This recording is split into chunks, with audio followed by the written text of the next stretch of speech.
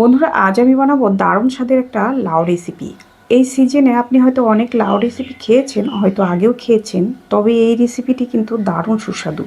তাই সম্পূর্ণ ভিডিওটি দেখে নেওয়ার অনুরোধ রইল। তো সবার প্রথমে আমি বড় একটা লাউ নিয়ে নিয়েছিলাম, সেখান থেকে হাফটুকু আমি নিয়ে নিচ্ছি। তো অত বড় লাউ তো একবারে রান্না করা যাবে না, আমার প্রয়োজনে যেটুকু লাগবে সেটুকুই আমি নিয়ে নিচ্ছি। তো এখান থেকে আমি অর্ধেকটা নিয়ে খোসাটা ছাড়িয়ে একটু জল দিয়ে ভালো করে ধুয়ে তারপর লাউটুকু কেটে নিচ্ছি। লাউটা আমি একটু বড় বড় সাইজ করে একটু মোটা মোটা করে টুকরো করে নিচ্ছি। তো দেখুন, এই যে এইরকম করে টুকরোটা করে নিলাম। সবটুকু আমি একইভাবে কেটে নেব। এবার আমি নিয়ে নিচ্ছি এখানে গোবিন্দভোগ চাল 2 টেবিল চামচ, আর নিয়ে নিয়েছি বিউলির ডালের বড়ি, আর লাউটা তো কেটেই নিয়েছি। এখন আমি কড়াটা বসিয়ে দিয়েছি, হাফ চামচ ঘি দিয়ে নিলাম। এখানে গোবিন্দভোগ চালটা আমি ভেজে নিচ্ছি, হালকা মিডিয়াম আঁচে ভেজে নেব। আর চালটা যখন এইভাবে করে একটু ফুরফুরে হয়ে যাবে তখনই আমি নামিয়ে নিচ্ছি। এখন আমি কড়াতে দিয়ে নেব সর্ষের তেল। আমি রান্নাটা সর্ষের তেলে করছি। আমি 2 টেবিল চামচের মতো সর্ষের তেল দিয়ে নিলাম। তেল গরম হয়ে গেলে আমি বিউলির ডালের বড়িগুলো ভেজে নিচ্ছি। একটু লাল লাল যখন হয়ে যাবে তখন আমি তুলে নেব। আর ডাল বড়ি যখন ভাজবেন তখন চুলার আঁচটা কিন্তু মিডিয়াম করে নেবেন। তো রঙটা যখন একটু লালচে লালচে হয়ে যাবে তখন তুলে নিলাম। এখন এই তেলে তেজপাতা, শুকনো লঙ্কা, একটা দারচিনি, একটা এলাচ দিয়ে নিলাম। হাফ চামচ জিরে, সামান্য একটু মৌরি ফোড়ন দিয়ে নিলাম। মৌরি থেকে সুন্দর একটা গন্ধ চলে আসবে, আর এটা খেতেও বেশ ভালো লাগে। আর এখানে আমি ফোড়নটাকে নাড়াচাড়া করে 2টো টমেটো কেটে রেখেছিলাম, সেটুকু আমি দিয়ে দিচ্ছি। এবার টমেটোটা কিন্তু হালকা করে ভেজে নেব। মিনিটেকের মতো নাড়াচাড়া করতে করতে দেখবেন ভাজা হয়ে যাবে। আর এখানে আমি হাফ চামচ আদা বাটা, 1 চামচ জিরে গুঁড়ো, সামান্য একটু লঙ্কা গুঁড়ো নিয়ে নিলাম। একটু জল দিয়ে গুলিয়ে নেব। এখন দেখুন টমেটোটা কিন্তু বেশ সুন্দরভাবে কালার চেঞ্জ হয়ে গেছে, আর বেশ সুন্দর ভাজাও হয়ে গেছে। তো এই পর্যায়ে কিন্তু আমি মশলাটুকু দিয়ে নিচ্ছি। এবার খুব সুন্দর করে নাড়াচাড়া করে নিচ্ছি।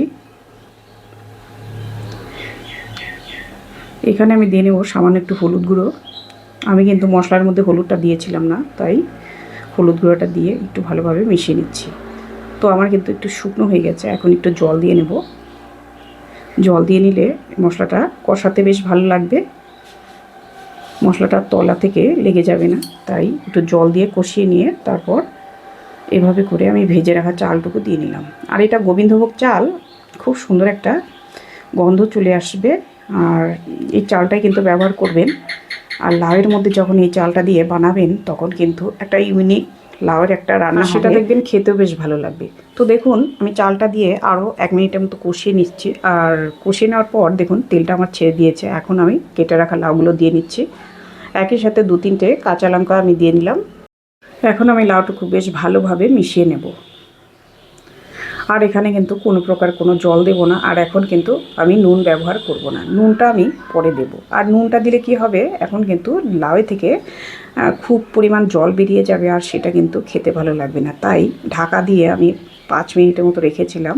ঢাকনা খুলে দেখো, দেখে নিচ্ছি আমি কতটা নরম হয়ে গেছে। তো এখনও পর্যন্ত কিন্তু নুনটা দেওয়া হলো না। তো দেখুন তা থেকেই কিন্তু অনেকটা জল বেরিয়ে গেছে। লাউয়ের মধ্যে তো অনেকটা জল থেকেই থাকে। তো এখন স্বাদ বুঝে আমি নুনটা দিয়ে নিলাম। এবার যে জলটুকু বেরিয়েছে সেটা দিয়ে কিন্তু চালটা আরও একটু যতটুকু আছে সেটাও কিন্তু সেদ্ধ হয়ে যাবে। এখন আমি ডালের বড়িগুলো ভেজে রাখা সেটা আমি দিয়ে নিচ্ছি। একটু ভেঙে ভেঙে দেব, আর কয়েকটা এমনি দিয়ে নিলাম। এবার এটা দিয়ে আরও 1 মিনিটের মতো একটু নাড়াচাড়া করে নিচ্ছি। এবার দেখুন বেশ সুন্দর একটা রান্না কিন্তু হয়েই গেছে। এখন একটু সামান্য একটু চিনি দিয়ে নিলাম। এখন সামান্য একটু চালের গুঁড়ো দিয়ে নিলাম, হাফ চামচের মতো। আপনারা যদি চান না দিলেও পারবেন, কারণ এখানে অলরেডি চাল রয়ে গেছে, তারপর ডালের বড়িগুলোও রয়ে গেছে। কিন্তু লাউয়ের যেটা একটা জলীয় জলীয় ভাব সেটা কিন্তু থেকে যায়, তাই অবশ্যই চালের গুঁড়োটা একটু দিলে একটু আঠালো টাইপ হবে, খেতেও ভালো লাগবে। লাস্ট টাইম যেটা দেবো সেটা হলো ঘি, আর ঘি দিয়ে এবার পরিবেশন করে নেব। তো বন্ধুরা এবার বলুন রান্নাটা আপনাদের কেমন লাগলো। তো একটু হলেও কিন্তু এই রান্নাটা ইউনিক হয়েছে, আর এটা খেতেও কিন্তু দুর্দান্ত হয়েছে। আপনি একবার হলেও বাড়িতে ট্রাই করে দেখবেন, আর গরম ভাতের সাথে পরিবেশন করবেন। আশা করি ভিডিওটি আপনাদের বেশ ভালো লেগেছে। ভালো লাগলে একটু কমেন্ট করে জানাবেন, আর চ্যানেলে যদি নতুন থেকে থাকেন চ্যানেলটাকে সাবস্ক্রাইব করে পাশে থাকবেন। ধন্যবাদ ভিডিওটি দেখে নেওয়ার জন্য। সুস্থ থাকুন, ভালো থাকুন।